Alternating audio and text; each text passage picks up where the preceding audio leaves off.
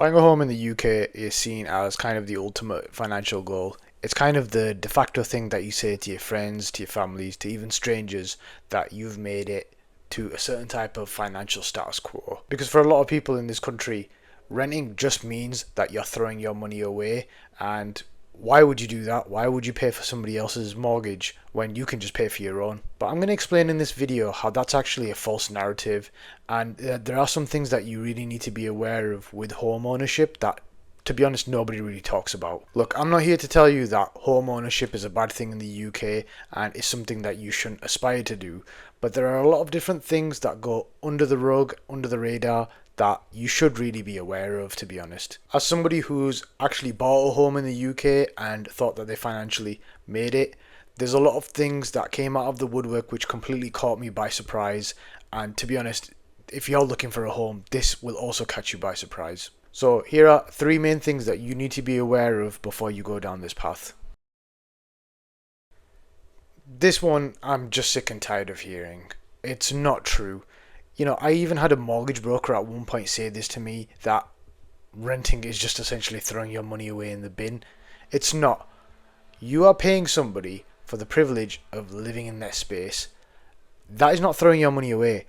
That's paying for something so you can live. Simple as that, really. And the argument will be, are you helping somebody pay off their mortgage? Sure, there's a company or there's a person that you're helping, but they are solely responsible for all the refurbishment, for all the maintenance, for all the things that go into that property. You just have to live there and pay for the means of doing that. Has the boiler broken down? Guess what? They have to get the boiler guy. Electrics aren't working? They have to get the electrician.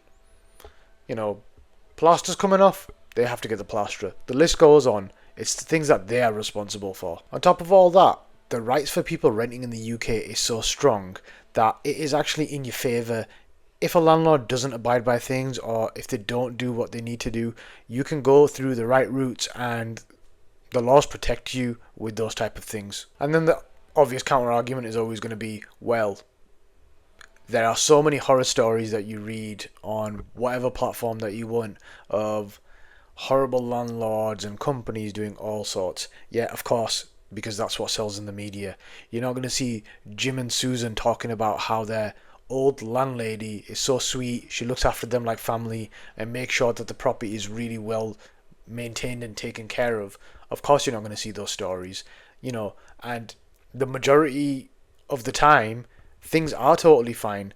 I've rented, and yeah, sure, stuff does go wrong.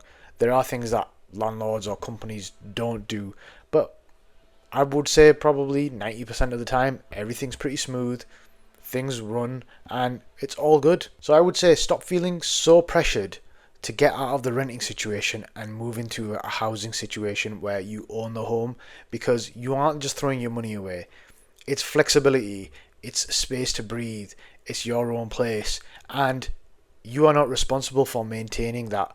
It is so expensive to maintain a home, and the fact that there's a little buffer, that you pay extra for that, that's great in my eyes. In essence, let's just put it in perspective. Millions of people in this country lease a car. They don't own that car, they drive it every day. If something happens to it, they usually do give it back to the company, and they end up overpaying a lot of the time for these cars. Yet I don't see anybody running around screaming at you saying, do you actually own this car or not? If you don't own it, you're completely wasting your money on a lease. When you're in the process of buying a home, of course you need to save up for the deposit, 10%, 15%, whatever that may be as a requirement. But majority of the time, or none of the time in my case, does anybody tell you that you need to save up for a solicitor, that there's going to be survey fees that you need to save up for, that there's going to be other additional things that you need to be wary of? No. Well, same thing for me as well, to be honest with you. On top of that, when you do actually take out the mortgage, most of the time there's a product fee to go with that as well. Sometimes they waive it, sometimes they don't, but it's something that you need to be aware of. Also, when you view the house, does it need modernizing? 99% of the time, you can't just straight walk into a house and, that's it, you're good to go. There's furniture that you might need to buy, kitchen appliances.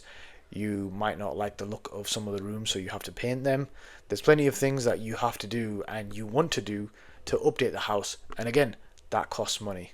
These are all things that are not part of the deposit of your home. And after your 9th trip to B&Q, spending £100 every time on a little bit of this, a little bit of that to update your home, it starts to get really expensive and you start to see the money slip out of your wallet. Stuff that you didn't anticipate or save up for. Funnily enough, nobody talks about this, and it's such a simple thing to come out and hit you with, and it's something that you do need to be aware of, otherwise it does financially hurt, especially when you're spending so much money saving up for a house. Before we get on to the third and final point, if you do like the content that I've been talking about so far, subscribe. It's free. Doesn't have no hidden cost to it.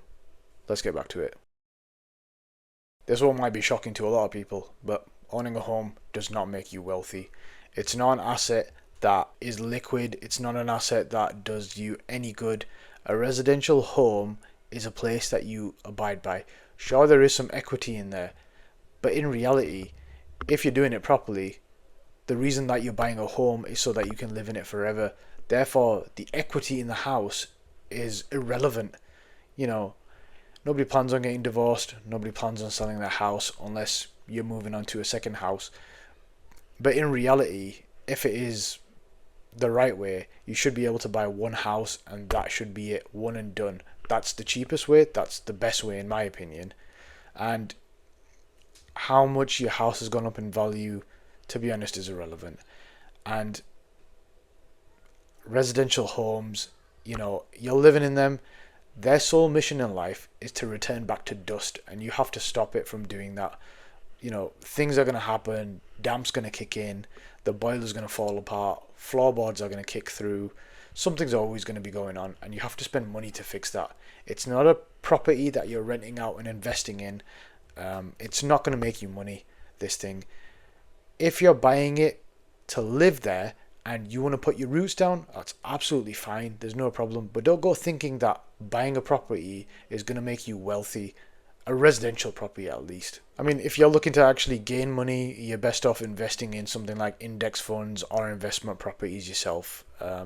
This is not the way to wealth. Look, the whole point of this video isn't to turn you away from home ownership or essentially say this is not the way, you should be renting instead. At the end of the day, owning a home is a good thing to do if you are financially right for it, if you are mentally right for it, if you're in the correct sort of space in life. For me, I had made the decision that the area that I'm living in, that's the area I'm living in for the rest of my life for the foreseeable future, unless something drastic happens. So for me, that was the right choice. But for somebody else, if you're rushing into buying a property because you think it's a good deal and you don't know about the area, sometimes it's better off holding off and not rushing into buying a property. There have been a couple of stories like that where people have bought properties with partners that they're not certain about, with areas that they're not certain about, and it does go horrible.